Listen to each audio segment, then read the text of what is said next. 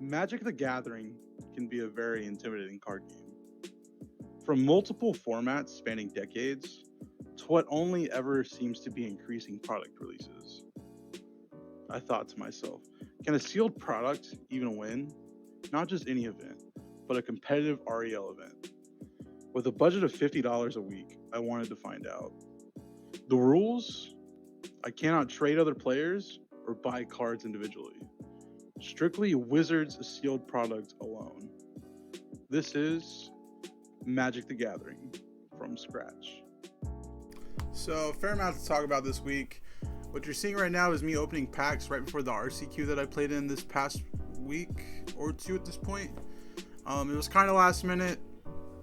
I lined up a babysitter an hour before the event, and I was able to squeak by and set up like 20 minutes for the event. I just decided 10 packs of all will be one, and I had $15 in store credit from the undefeated results last week, so I got 3 packs of Kamigawa with that, trying to pull a Beseiju, and we pulled okay actually. We just pulled the filigree there. That's going to replace a Pithy Needle, and then we were trying the Scrap Gorger, the 2-drop Mana Dork that puts oil counters on itself.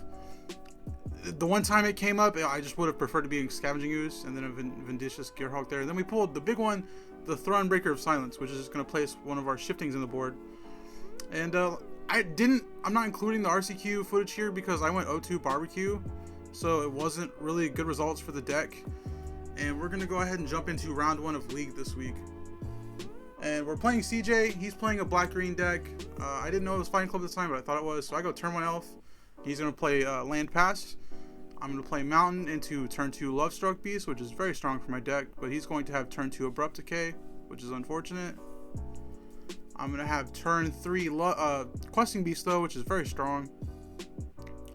He is going to play turn 3 Rotting Regisaur. And Rotting Regisaur is a thick boy. That's got 6 on the end. So I'm kind of thinking if I should resolve that this turn, if I should swing with Questing Beast and see if he offers the trade. I don't think he would have, so I just decided to double spell it, Abrade and Lightning Strike it.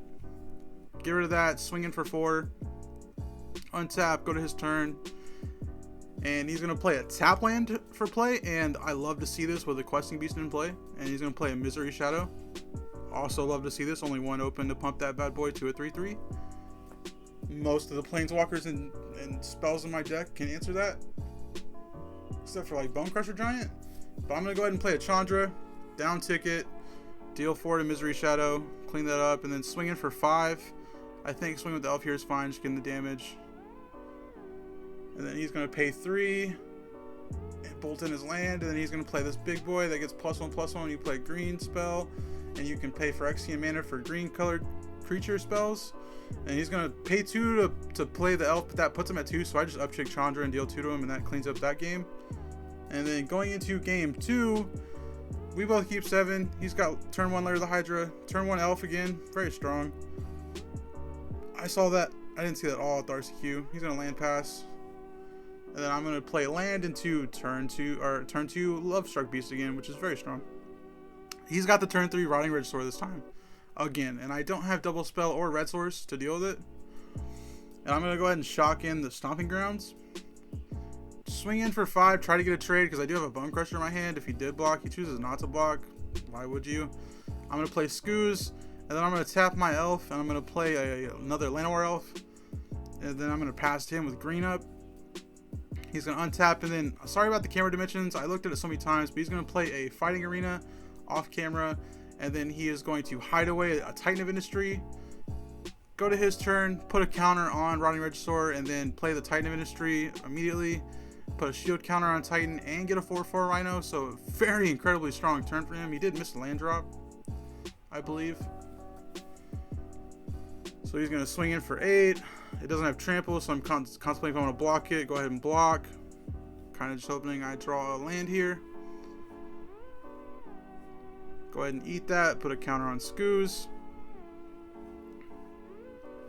And here I can't really swing because of the untapped Titan that has a shield counter, which is very unfortunate. If it didn't have the shield counter, I think I could actually handle this Titan pretty easily. I'm kind of thinking on how I want to sequence. So after a while, I'm gonna go ahead and just come to the conclusion that I need to play a questing beast just to block this rotting regisaur and get rid of it. And that's what we end up doing. So I don't swing with it because I don't want to lose it. But it's not going to kill the Titan Mystery if it blocks. He's going to play a Misery Shadow pre-combat, which makes me want to block the rotting regisaur even more. So I blocked the rotting regisaur, which he probably didn't even need to swing with it, honestly. Who knows? But he's going to pass to me after putting the counter on the Titan, and I take 8, go to 12. I drew a land for turn, play that land, and I think I have multiple plays, but more importantly, I have a Mizium Mortars, and I can't deal with the shield counter right now. It would be a waste to use any of my spells on the shield counter. So I'm going to go ahead and Mizium Mortars the Rhino, which didn't have trample, but he didn't know it. I just didn't want to block my any of my stuff, because right here I kind of want him to block something with the Misery Shadow, like my Scavenging Ooze, to try to trade with it.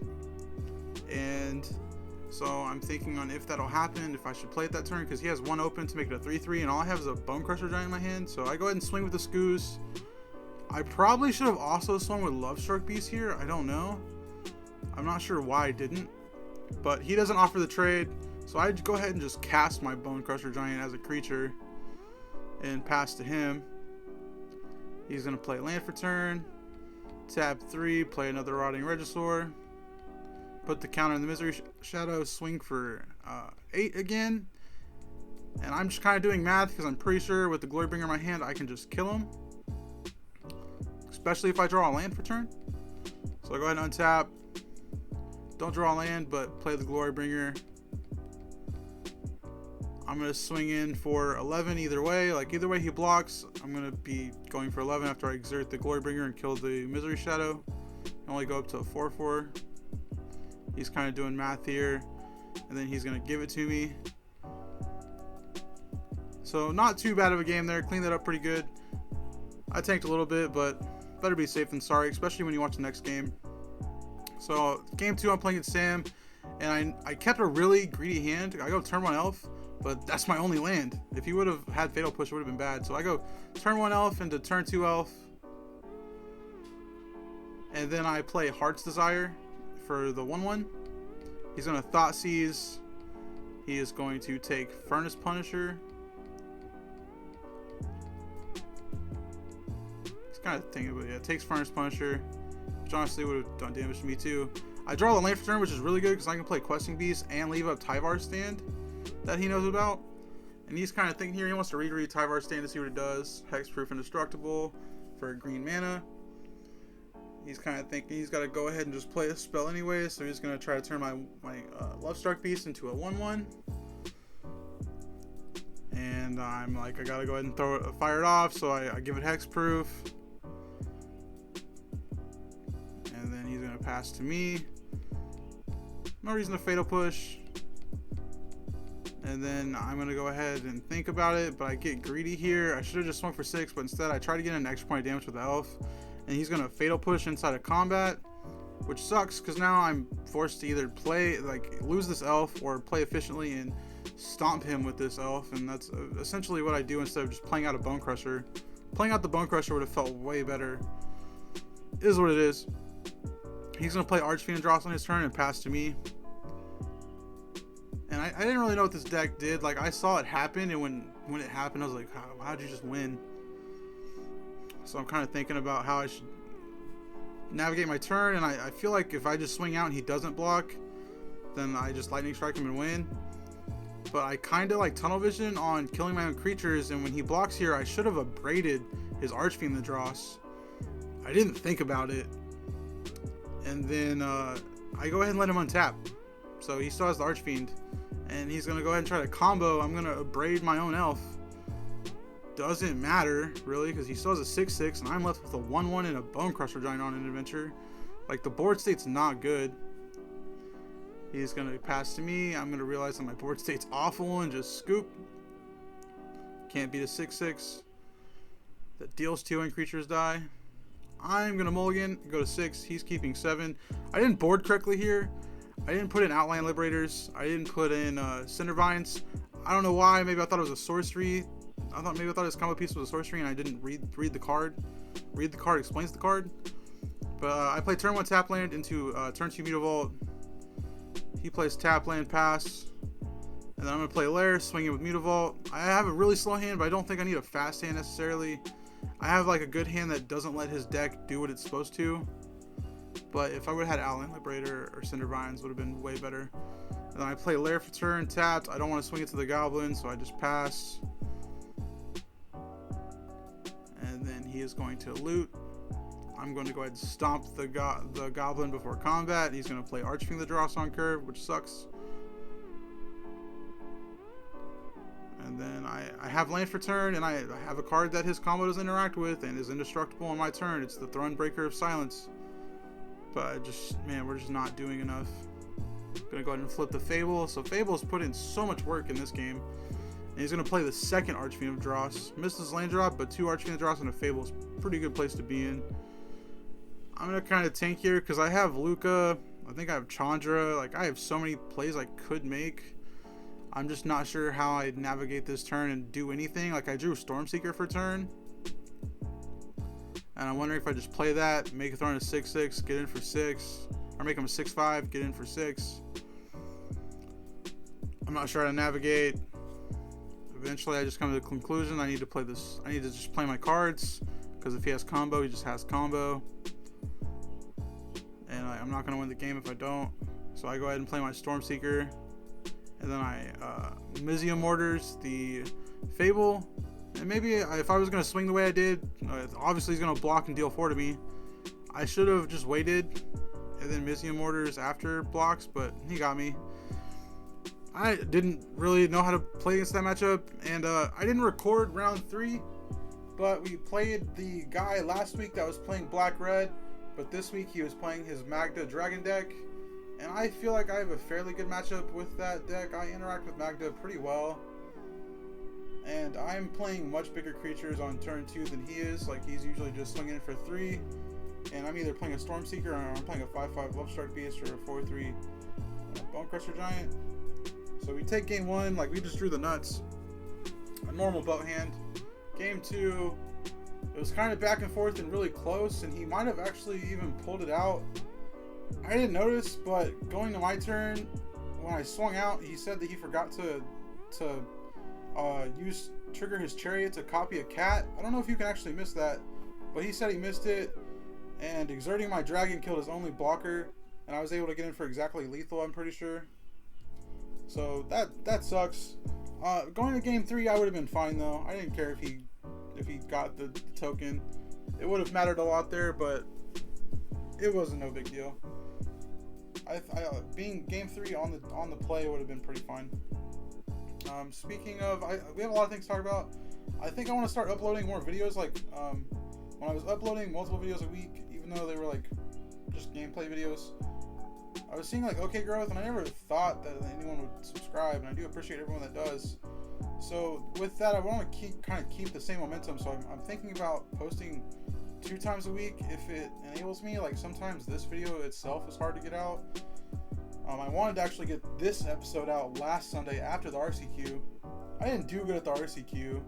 I didn't play Thursday Night League because of babysitter's use. I couldn't line one up. So I ended up waiting until I got gameplay this Thursday to put this out. And I like putting them out on Sundays because this video does better on Sundays. So hopefully this Sunday I get this out at a decent time. And if I did upload the second video, it would be more of a vlog type video, and it would probably be Legacy. That's my other favorite format, and like the other day that I usually can go play. My wife doesn't work Monday and she has 3 days off, so I'm able to like take one of those days and go play Magic on Mondays, and then I get a babysitter on Thursdays. But yeah, if you made this far, thanks for watching. Sorry I went 0-2 barbecue at the RCQ. I wanted to make a pretty good video of that, but I played against Spirits round 1, and I had the mold of 5 and didn't keep a good hand. Like, it was Lovestruck Beast, Heart's Desire turn 1, turn 2 pass, and it's not fast enough. And then game 2, he spell collared.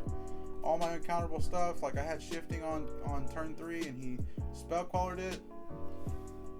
Or it was like turn 4 maybe. Maybe it wasn't on turn 3. He spell quellered it though. And then I kind of needed to kill this spell queller with a green open.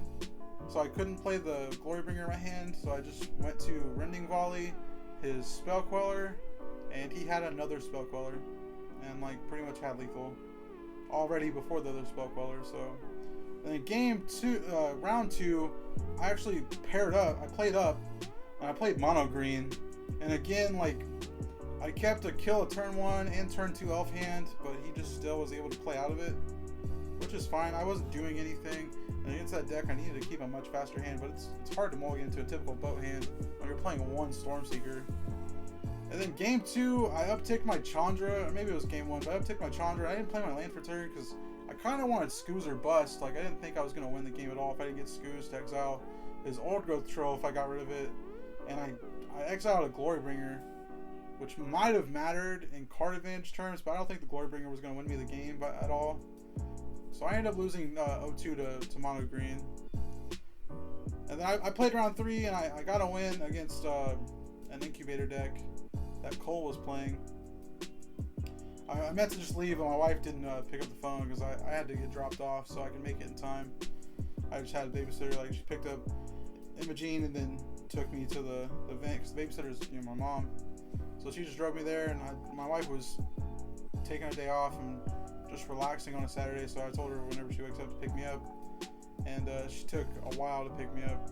But 0-2 barbecue with RCQ, unfortunate. If you made it this far, I do appreciate you watching. Thank you.